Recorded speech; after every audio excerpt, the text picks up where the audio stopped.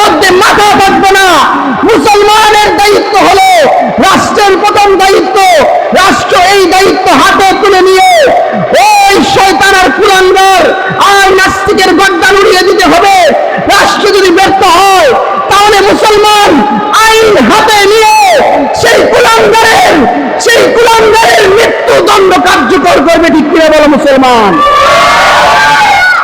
তার হাতের আঁচল থেকে ছুরিটা বের করে আল্লাহু আকবার বলে ওই নাস্তিক মলম রঙ্গিলা লেখকের গর্দান উড়িয়ে দিয়েছে। আল্লাহু আকবার।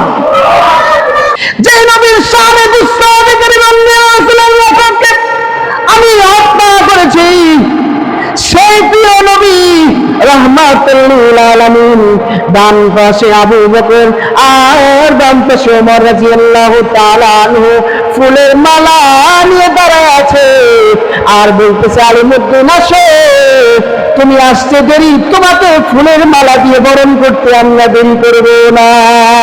কিন্তু নবীকে গালি দিলে আপনার আমার শরীরের রক্ত গরম হয় না। আল্লাহকে গালি দিলে আপনি আমি স্বাভাবিক জীবন যাপন করি। আল্লাহর কসম, আপনি কোনোদিন মুমিন হতে পারবেন না। মুনাফিক অবস্থায় আপনার মৃত্যু হবে। ঠিক কিনা বলেন? বড় দুঃখের সাথে আজকে বলতে হয়, বাংলাদেশের পাঠ্যপুস্তক সংস্কার কমিশনের সদস্য রাখাল রাহা, সে আল্লাহ রাব্বুল আলামিনের শানে কটূক্তি করেছে। আল্লাহ রাব্বুল আলামিনের শানে কটূক্তি করেছে। স্পষ্ট করে কথাগুলি শোনেন, বড় প্রয়োজনীয় কথা। আল্লাহর শানে কটূক্তি করেছে। স্বামী স্ত্রী যেই ব্যবহার বৈধ সম্পর্ক করে, স্বামী স্ত্রী যেই সম্পর্ক হয়, এই নাস্তিকরা আল্লাহকে কটূক্তি করে সেই সম্পর্কের দিকে তারা তাদের কথাকে পরিচালিত করার প্রচেষ্টা চালিয়েছে এবং পোস্ট দিয়ে মুসলমানদের ভিতরে, মুসলমানদের হৃদয়ে কলবে আঘাত দেওয়ার চেষ্টা করেছে। মোহতারাম হাজরিন, অপরদিকে আমরা দেখতে পাই যে তাসলিমা নাসরিন, যে বাংলাদেশ থেকে এই তাসলিমা নাসরিনকে বিদায় করা হয়েছে। আলেমরা যখন তাসলিমা নাসরিনের বিরুদ্ধে কথা বলেছে, সে ইসলাম নিয়ে, আল্লাহ নিয়ে, নবী নিয়ে কটূক্তি করেছে, তারপরে সে পালাতে বাধ্য হয়েছে। কিন্তু তার কিছু চেলা চামুন্ডা রেখে গেছে, যারা আমার ইসলাম ও মুসলমানদের নিয়ে কটূক্তি করছে এবং আমার নবীর শানে গুস্তাখি করছে, আমার নবীর ইজ্জতে আঘাত দেওয়ার অপচেষ্টা চালাচ্ছে। মোহতারাম হাজরিন, স্পষ্ট ফতোয়া হলো, চারো মাযহাবের ইমাম সহ পৃথিবীর মধ্যে আমার নবী থেকে নিয়ে সাহাবায়ে কেরামদের থেকে নিয়ে আজ অবধি পর্যন্ত যত মুমিন মুসলমান ইমানদার এই পৃথিবীর জমিনে আছে, তাদের যেই শেরে তাজ, মাথার মুকুট, আলেম ওলামায়ে কেরামগণ সর্বদা একমত, এক প্ল্যাটফর্মে, এক ফতোয়ায় একমত যে আল্লাহর নবীর হাদিস, মান সাব্বা নবিয়ান ফাকতুলুহ, যে নবীকে গালি দিবে তার একমাত্র শাস্তি কি? তার একমাত্র শাস্তি হলো ফাকতুলুহু, কতল করে দাও, হত্যা করে দাও, তার পৃথিবীতে থাকার কোনো অধিকার নাই। ঠিক কিনা বলেন? ইন্নাল হামদুলিল্লাহ,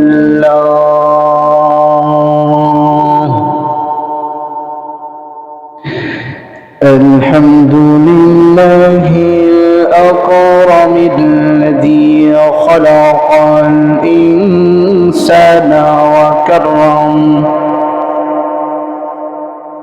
ওয়া আল্লামাহু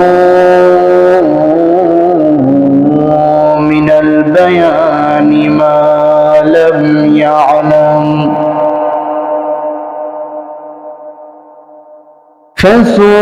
فسبحان الذي لا يحصى امتنانه باللسان ولا بالقلم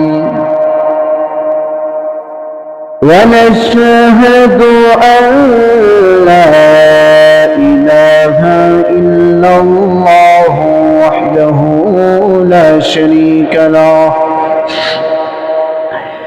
ونشهد أن سيدنا وسندنا وحبيبنا ومولانا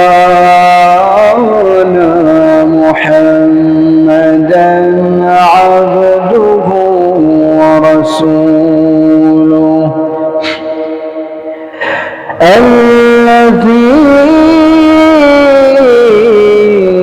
الذي أرسل إلى الناس كافة بشيرا ونذيرا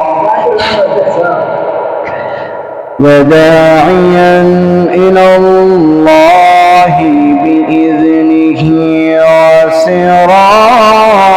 وسراجا منيرا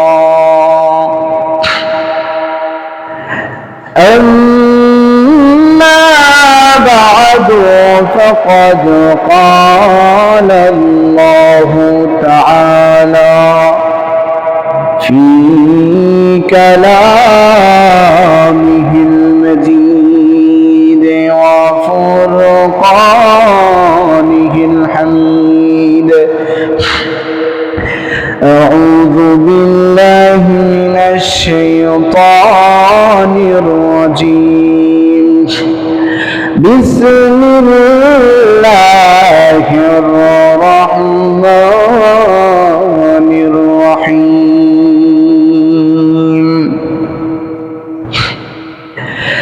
النبي أولى بالمؤمنين من أنفسهم وقال رسول الله صلى الله عليه وسلم من سب نبيا فاقتلوه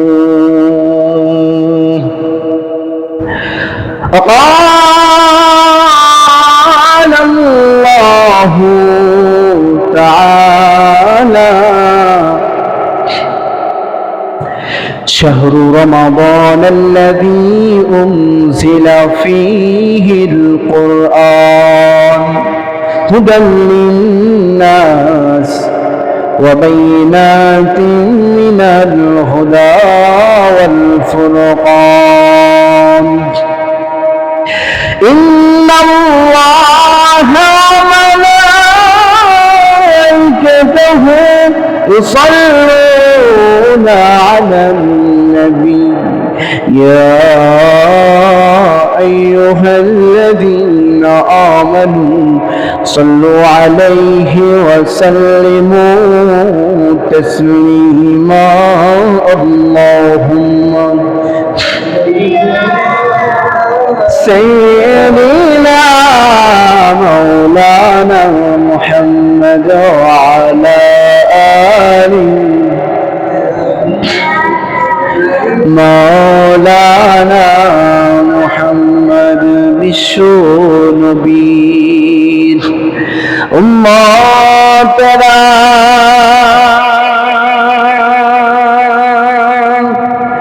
আমার নবী প্রেমে দিওয়ানা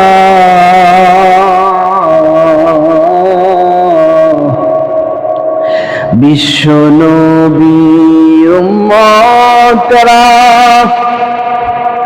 আমার নবীর ভালোবাসায় দিওয়ানা নবীরে কেউ গালি দিলে আমরা তাদের ছাড়ব না আল্লাহুম্মা سيدنا مولانا محمد وعلى آله مولانا محمد لا إله إلا الله لا إله ইল্লাল্লাহ লা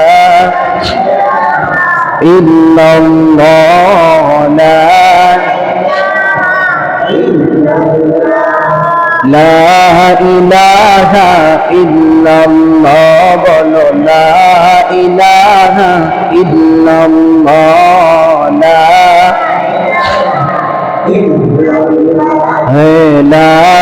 ইলাহা ইল্লাল্লাহ লা ইলাহা ইল্লাল্লাহ পাহাড়ের মালিক যে আল্লাহ সাগরের মালিক সেই আল্লাহ বলো লা ইলাহা ইল্লাল্লাহ সবাই লা ইলাহা ইল্লাল্লাহ লা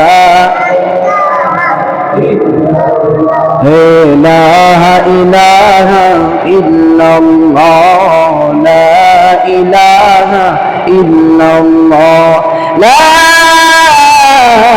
ইলাহা ইল্লাল্লাহ মুহাম্মাদুর রাসূলুল্লাহ সাল্লাল্লাহু আলাইহি ওয়াসাল্লাম। আল্লাহ রাব্বুল আলামিনের দরবারে অসংখ্য অগণিত শুকর আদায় করছি যে মহান রব্বুল আলামিন আমাদেরকে অত্যন্ত দয়া করে মায়া করে মহব্বত করে ভালোবেসে দুনিয়ার বিভিন্ন কাজ থেকে ফারেক করে আল্লাহর ঘর মসজিদে জুমআর পূর্ব মুহূর্তে আসার এবং বসার তৌফিক দান করেছেন। এই জন্য মহান মালিকের আলিশান দরবারে শ্রদ্ধাজনিত কণ্ঠে অন্তরের অন্তঃস্থল থেকে কালিমাতুশ শুকর আদায় করছি আলহামদুলিল্লাহ। মুহতারাম হাজিরিন, আমি আপনাদের সামনে পবিত্র কোরআনুল কারীমের অসংখ্য আয়াতে কারিমা থেকে কয়েকখানা আয়াতে কারিমা তিলাওয়াত করেছি। রাসূলুল্লাহ সাল্লাল্লাহু আলাইহি ওয়াসাল্লামের অসংখ্য হাদিসের ভান্ডার থেকে একখানা হাদিসের টুকরা পাঠ করেছি। এই আয়াত এবং হাদিসকে সামনে রেখে আমি যে আলোচনা করব, মহান আল্লাহ আমাকে ইখলাস ও আমলের নিয়তে বলার তৌফিক দান করুন, আপনাদেরকেও ইখলাস ও আমলের নিয়তে শোনার তৌফিক দান করুন, বলুন আমিন। মুহতারাম হাজিরিন, আজকে ভেবেছিলাম রমজানের পূর্ব মুহূর্তে, যেহেতু আগামী রবিবার থেকে মেবি রমজান, তো রমজানের বিষয় সম্পর্কে আলোচনা করার ইচ্ছে ছিল, কিন্তু সামনে যেহেতু আরেকটা শুক্রবার আছে, আমরা সেই জুমার দিনে রমজান বিষয়ক মাসআলা মাসাইল এবং রমজানের ফজিলত সম্পর্কিত হাদিস কোরআনের ভিত্তিতে যেই বিষয়গুলো পরিলক্ষিত হয়, যে বিষয়গুলো আল্লাহর নবী বলেছেন, আল্লাহ রাব্বুল আলামিন সুস্পষ্টভাবে কোরআনে বলেছেন, সেই সিয়াম সাধনার মাস নিয়ে বিস্তারিত আলোচনা হবে। কিন্তু আজকে বড় দুঃখের সাথে বলছি, বড় দুঃখ পরিতাপের সাথে আজকে বলতে হচ্ছে যে 90% মুসলমানের এই বাংলাদেশে, যেখানে আমরা সংখ্যাগরিষ্ঠ মুসলমান,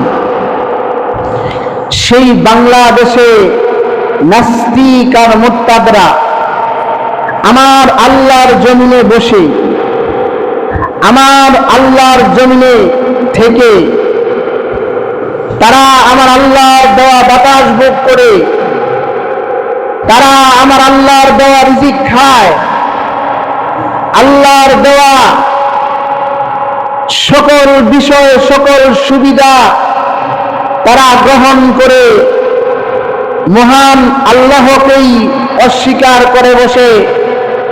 শুধু তাই না, কথাবার্তায় চাল চলন চলাফেরায় এবং তাদের ভঙ্গিমায় মুসলমানদের ভিতরে ক্ষোভ জাগানোর জন্য মুসলমানদের হৃদয়কে রক্তাক্ত করার জন্য এই আদিম যুগ থেকেই, নবী সাল্লাল্লাহু আলাইহি ওয়াসাল্লামের জামানা থেকেই আজ অবধি পর্যন্ত, এমনকি ফেরাউনের জামানায়, নমরুদের জামানা থেকে, আর পৃথিবীর শুরু লগ্ন থেকেই নাস্তিক আর মুরতাদ ইসলাম বিদ্বেষীরা ইসলামকে ধ্বংসের জন্য আর ইসলাম ও মুসলমান ও আল্লাহর মনোনীত ধর্মকে ধূলিসাৎ করে তাদের মন খায়সাত মতো চলার জন্য তারা আল্লাহ এবং তার রাসূলের শানে কটূক্তি করেই যাচ্ছে, ঠিক কিনা বলেন?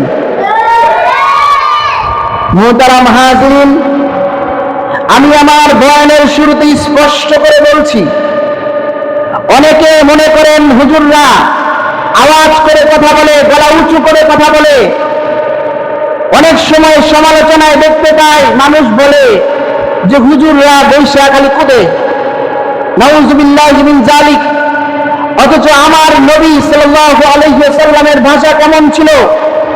আমি এই জায়গায় বসে যেই ভাষায় আপনাদের সাথে কথা বলছি, যেইভাবে চোখ গরম করে কথা বলছি, যেইভাবে আমার শরীরের রক্তগুলো আমার চেহারার মধ্যে স্পষ্ট ভাসতেছে, এমন রক্তিম বর্ণের চেহারা করে নবী সাল্লাল্লাহু আলাইহি ওয়াসাল্লাম ভাষণ দিয়েছেন। এটা হলো নবীর আদর্শ।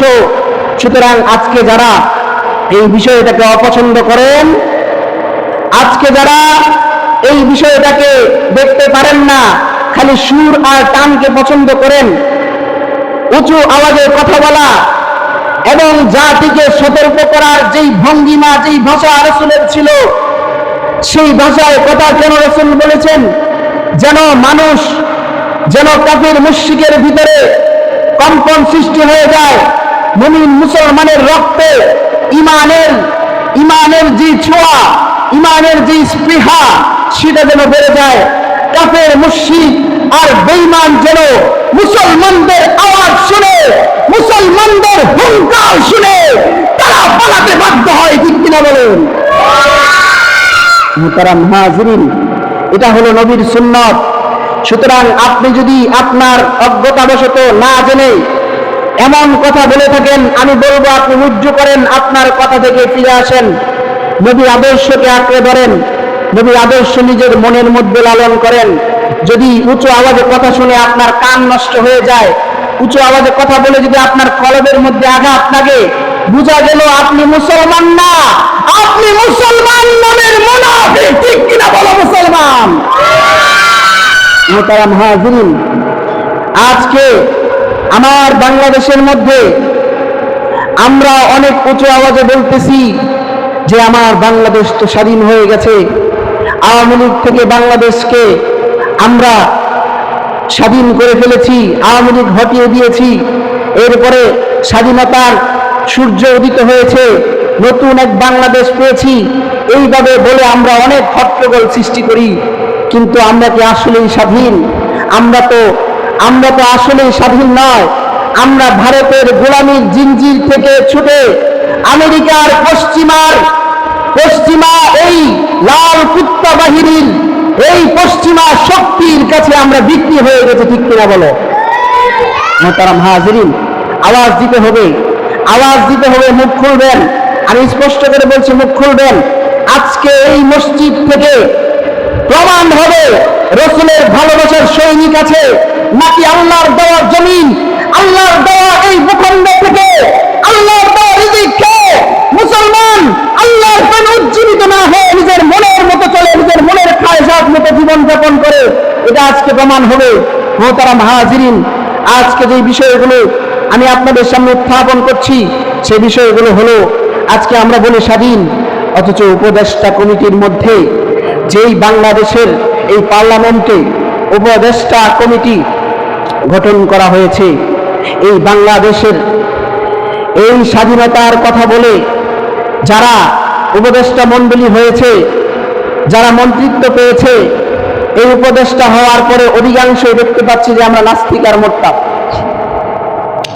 অধিকাংশই দেখতে পাচ্ছি যে নাস্তিক আর মোরতাদ এই বাংলাদেশের আমার দেশের পার্লামেন্টে বসে আছে মোহতারাম হাজরিন। আর বড় দুঃখের সাথে আজকে বলতে হয়, বাংলাদেশের পাঠ্যপুস্তক সংস্কার কমিশনের সদস্য রাখাল রাহা, সে আল্লাহ রাব্বুল আলামিনের শানে কটূক্তি করেছে। আল্লাহ রাব্বুল আলামিনের শানে কটূক্তি করেছে। স্পষ্ট করে কথাগুলি শোনেন, বড় প্রয়োজনীয় কথা। আল্লাহর শানে কটূক্তি করেছে। স্বামী স্ত্রী যেই ব্যবহার বৈধ সম্পর্ক করে, স্বামী স্ত্রী যেই সম্পর্ক হয়, এই নাস্তিকরা আল্লাহকে কটূক্তি করে সেই সম্পর্কের দিকে তারা তাদের কথাকে পরিচালিত করার প্রচেষ্টা চালিয়েছে এবং পোস্ট দিয়ে মুসলমানদের ভিতরে, মুসলমানদের হৃদয়ে কলবে আঘাত দেওয়ার চেষ্টা করেছে।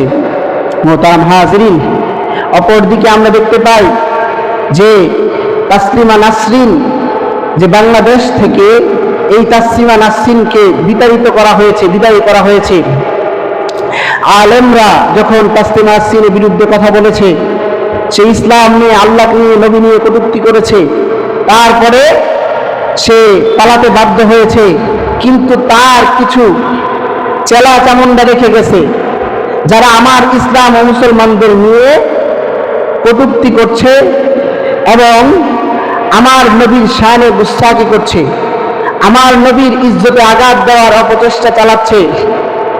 মোহতারাম হাজরিন, স্পষ্ট ফতোয়া হলো, চারো মাযহাবের ইমাম সহ পৃথিবীর মধ্যে আমার নবী থেকে নিয়ে, সাহাবায়ে কেরামদের থেকে নিয়ে আজ অবধি পর্যন্ত যত মুমিন, মুসলমান, ইমানদার এই পৃথিবীর জমিনে আছে, তাদের যেই সেরে তাজ, মাথার মুকুট, আলেম ওলামায়ে কেরাম, আলেম ওলামায়ে কেরামগণ সর্বদা একমত, এক প্ল্যাটফর্মে, এক ফতোয়ায় একমত যে আল্লাহর নবীর হাদিস, মান সাব্বা নবিয়ান ফাকতুলুহ, যে নবীকে গালি দিবে, যে নবীকে গালি দিবে, তার একমাত্র শাস্তি কি?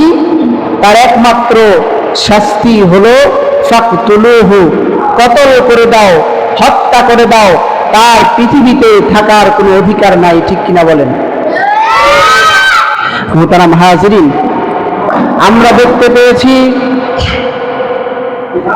যে বর্তমান সময়ে এখনো কিছু নাস্তিক আর মুরতাদ আমার নবীকে নিয়ে কটূক্তি করছে, আমার নবীর শানে গুস্তাখি করছে, নবীর ইজ্জতে আঘাত হানার অপচেষ্টা চালাচ্ছে, আল্লাহকে নিয়ে কটূক্তি করছে। অথচ আল্লাহ কোরআনের মধ্যে স্পষ্ট বলে দিয়েছেন যে তোমরা মুসলমান, তোমাদের কাজ হলো আল্লাহ এবং তার রাসূলের শানেকে গুস্তাখি করলে তাদের বিরুদ্ধে দাঁড়িয়ে যাবে। অপরদিকে তোমরা কখনো গালি দিবে না। কাদেরকে? মিন দুনিল্লাহ, যারা আল্লাহ ছাড়া অন্য কারো গোলামি করে, আল্লাহ ছাড়া অন্য কাউকে প্রভু মানে, আল্লাহ ছাড়া অন্য কাউকে উপাস্য মানে, এই সমস্ত মানুষগুলোকে তোমরা গালি দিও না। কেন গালি দিও না?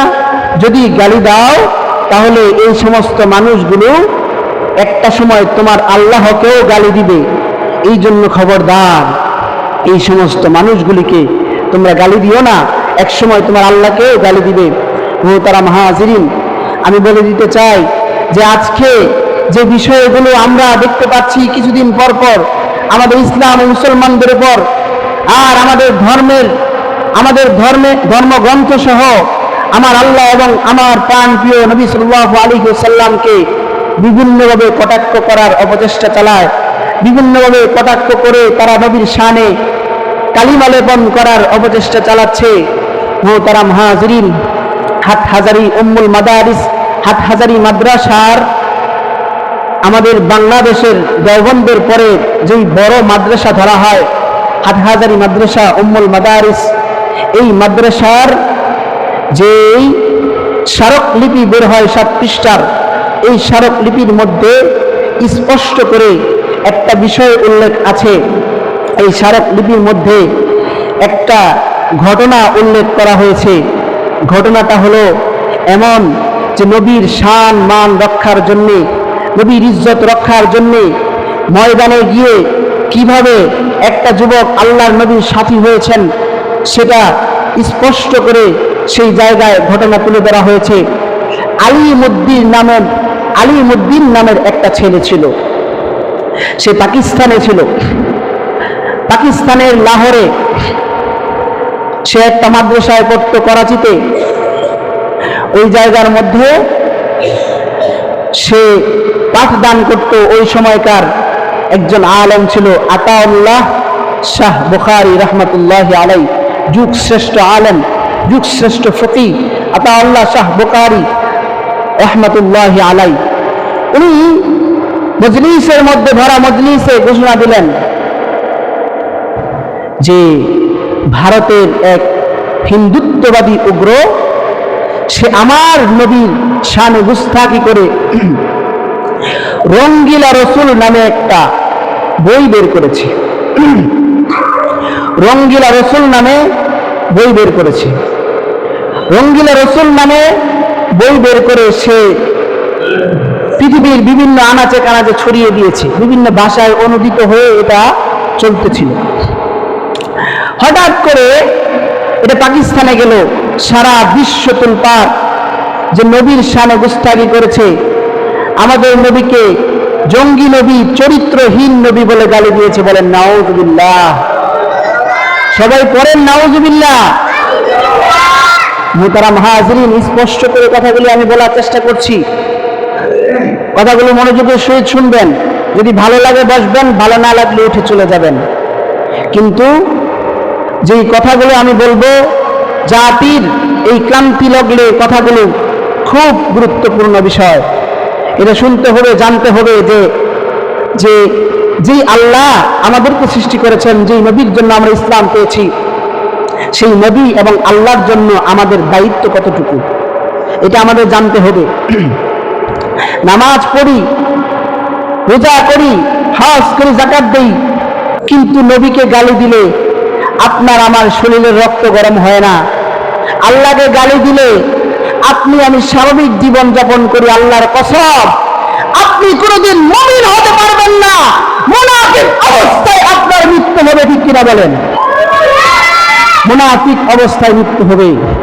স্পষ্ট হাদিস, মান সাব্বা নবিয়ান ফাকতুলু, নবীকে যে গালি দিবে তাকে তোমরা হত্যা করো। আল্লাহকে যে কটূক্তি করবে, ইসলাম ধর্মকে নিয়ে যে কটূক্তি করবে, তাকে তোমরা হত্যা করো। হত্যা আমরা করব, কিভাবে করব?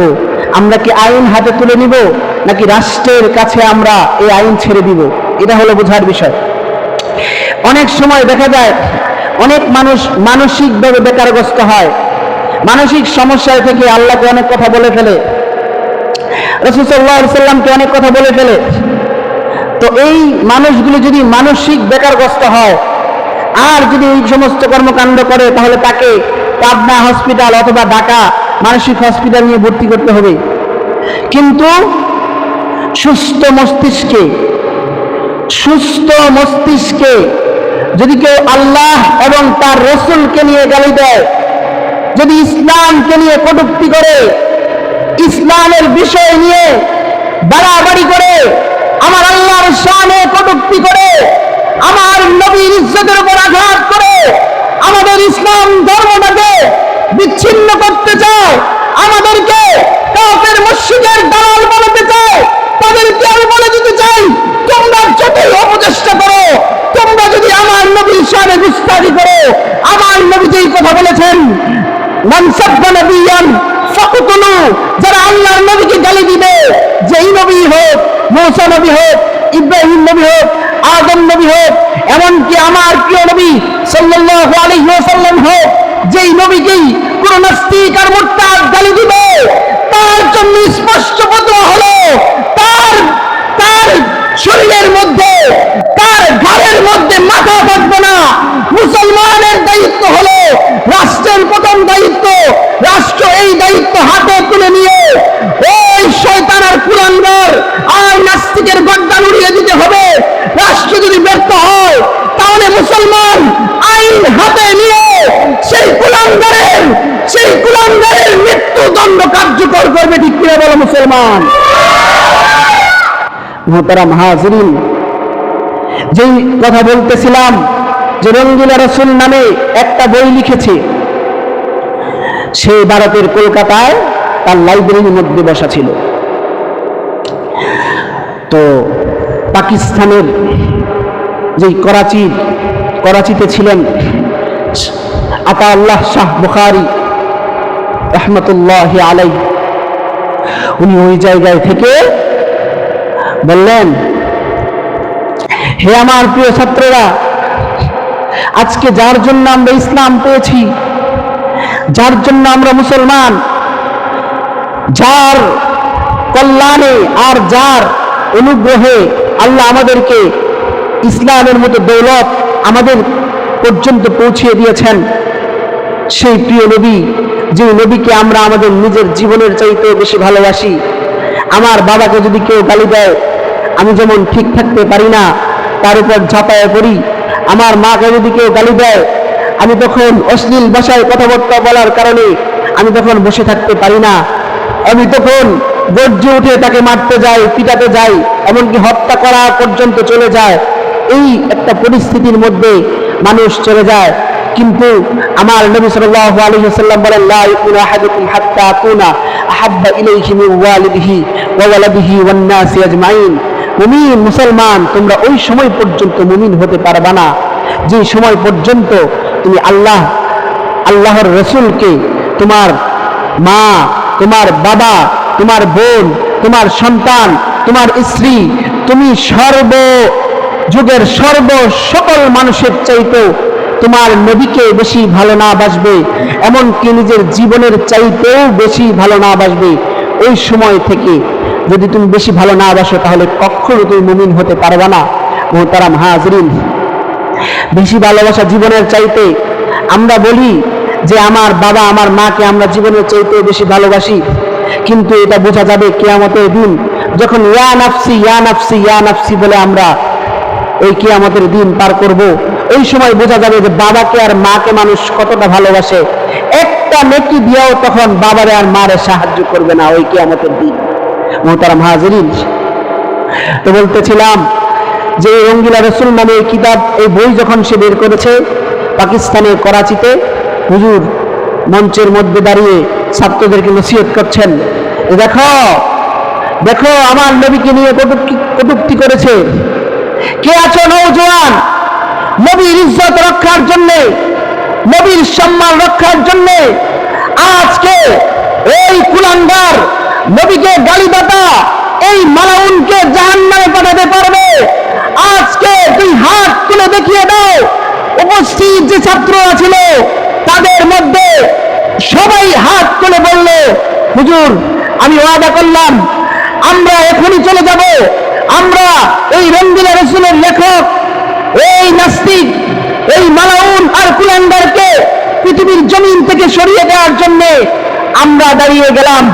হুজুর বললেন, তোমরা সবাই যাওয়ার দরকার নাই, সবাই গিয়ে তো আর তাকে হত্যা করতে পারবে না, একটা বিশৃঙ্খলা সৃষ্টি হবে। আমি একজনকে চাই যাকে আল্লাহ আজকে কবুল করবেন, সেই এই কাজটা করতে পারবা। তখন আলিমউদ্দিন নামের একটা ছেলে দাঁড়িয়ে গেছে।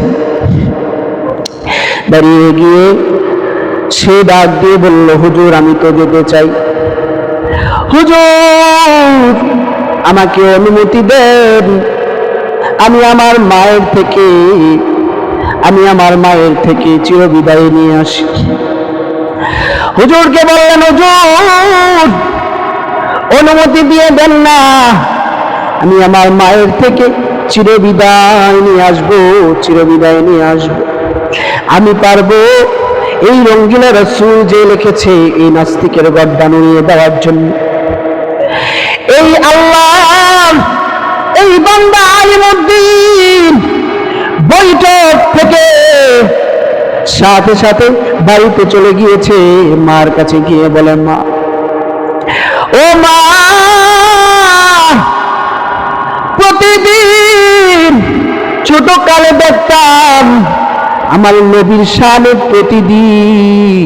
প্রতিদিন তুমি জানি কি তেলাওয়াত করো, প্রতিদিন নবীর শানে পড়ো,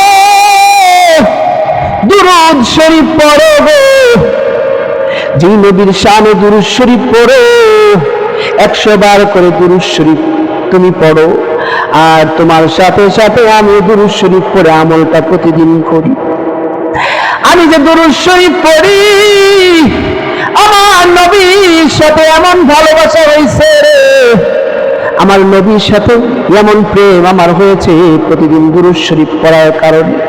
আমার নবীর ইজ্জতের হেফাজতের জন্য, আমার নবীর সম্মান আমার মর্যাদা রক্ষার জন্য, আমার নবীকে যে গালি দিয়েছে, আমার নবীর সামনে আমার নবীর শানে যে গুস্তাখি করেছে, উপন্যাস লেখে মানুষের মধ্যে ছড়িয়ে দিয়ে মানুষকে ইসলাম বিদ্বেষী করার অপচেষ্টা চালাচ্ছে, ওই নাস্তিক আর মুরতাদ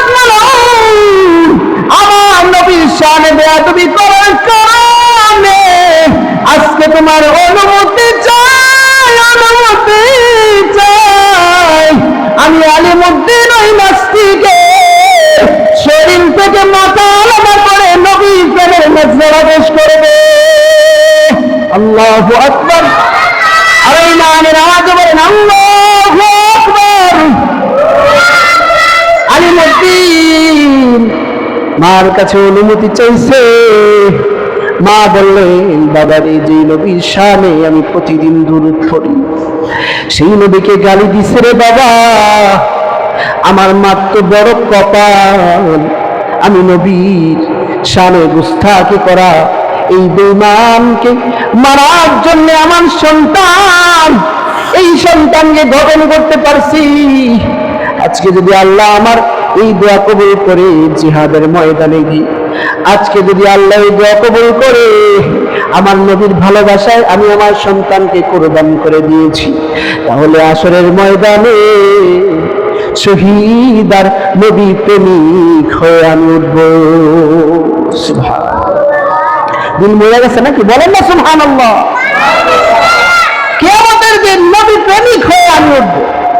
মুহতারাম হাজিরিন, এই কথা বলার পরে আলিমুদ্দিনের মা আলিমুদ্দিনের হাতে একটা ছুরি তুলে দিয়েছে। কি তুলে দিয়েছে? কথা বলে না। কি তুলে দিছে? ছুরি তুলে দিছে, যে নাও বাবা।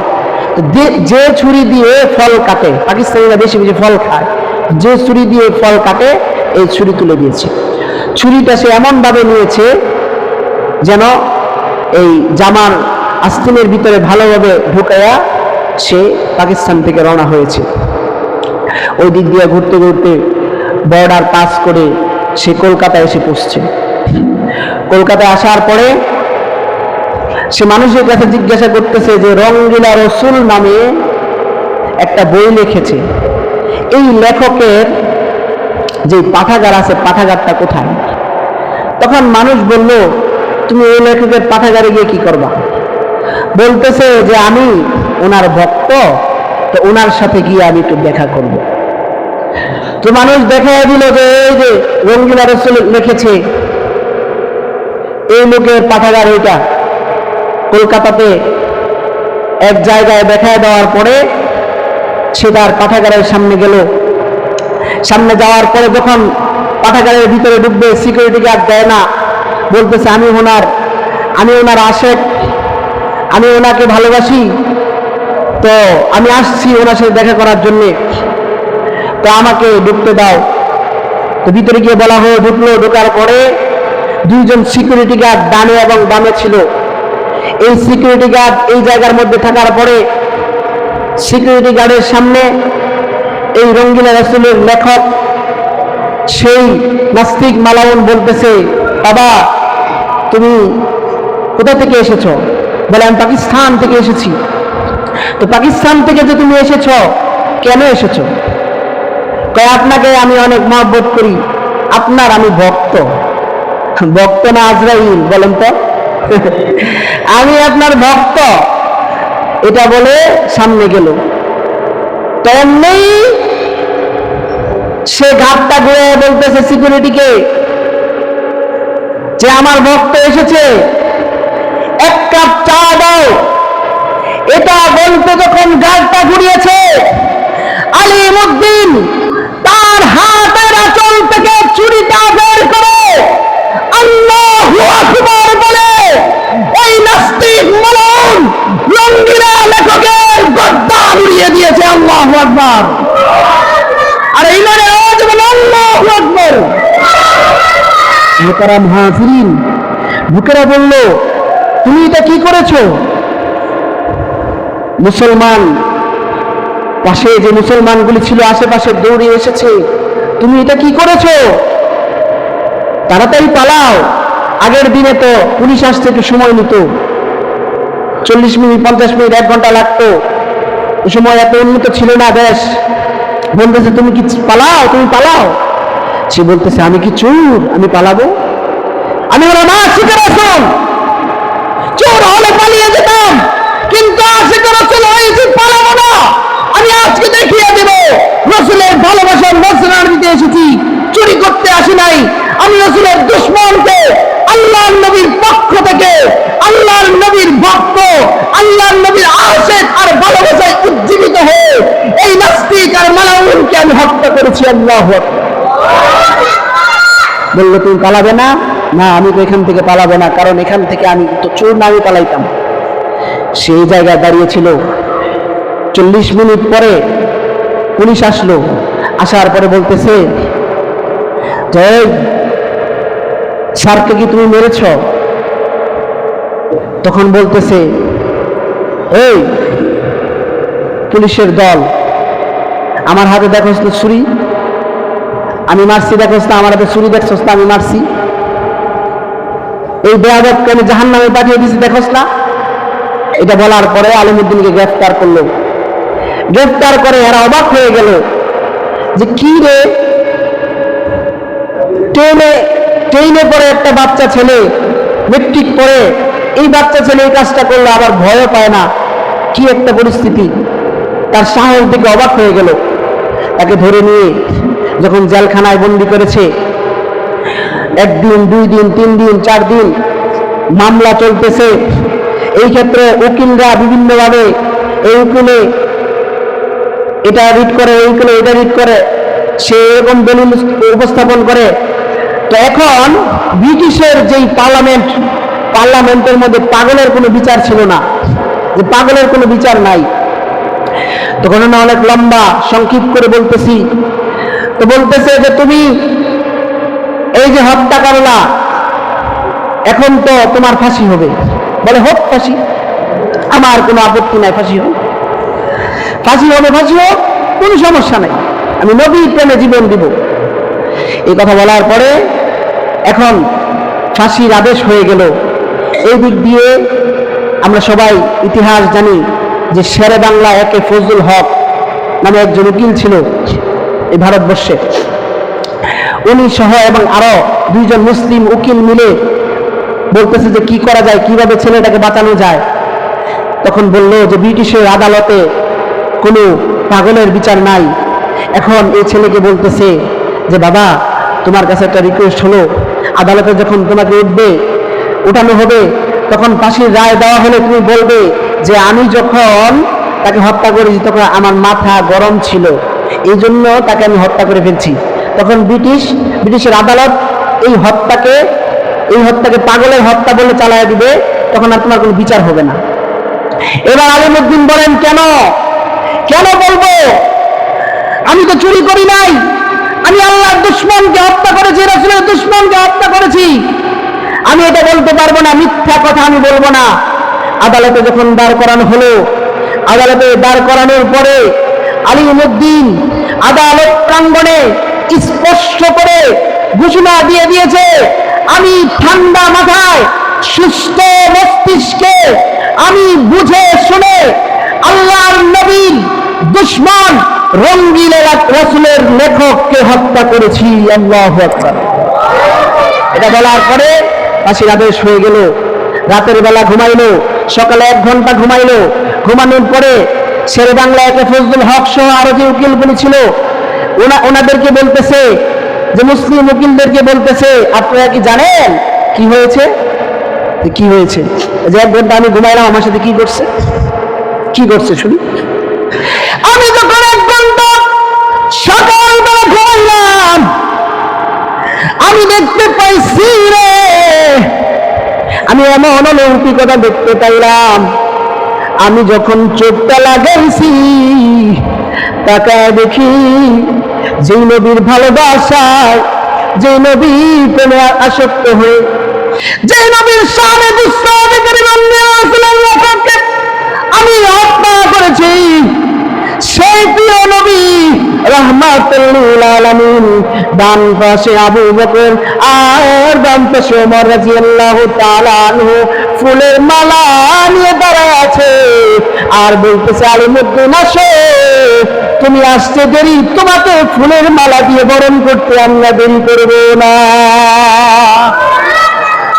ফুলের মালা দিয়ে বরণ করব। 1 ঘন্টা পরে ফাঁসি হয়ে গেল। ফাঁসি হওয়ার পরে সে বলতেছে, এই যুগশ্রেষ্ঠ একজন আলেম স্বপ্নে দেখেছেন যে হযরত আবু বকর সিদ্দিক রাদিয়াল্লাহু তাআলা আনহু এবং হযরত ওমর রাদিয়াল্লাহু তাআলা আনহু এই আল্লাহ এবং তার রাসূলের প্রেমিক এই আলিমুদ্দিনকে ফুলের মালা দিয়ে বরণ করেছে। আল্লাহ রাসূল সাল্লাল্লাহু আলাইহি ওয়াসাল্লামের সাথেই সে আছে।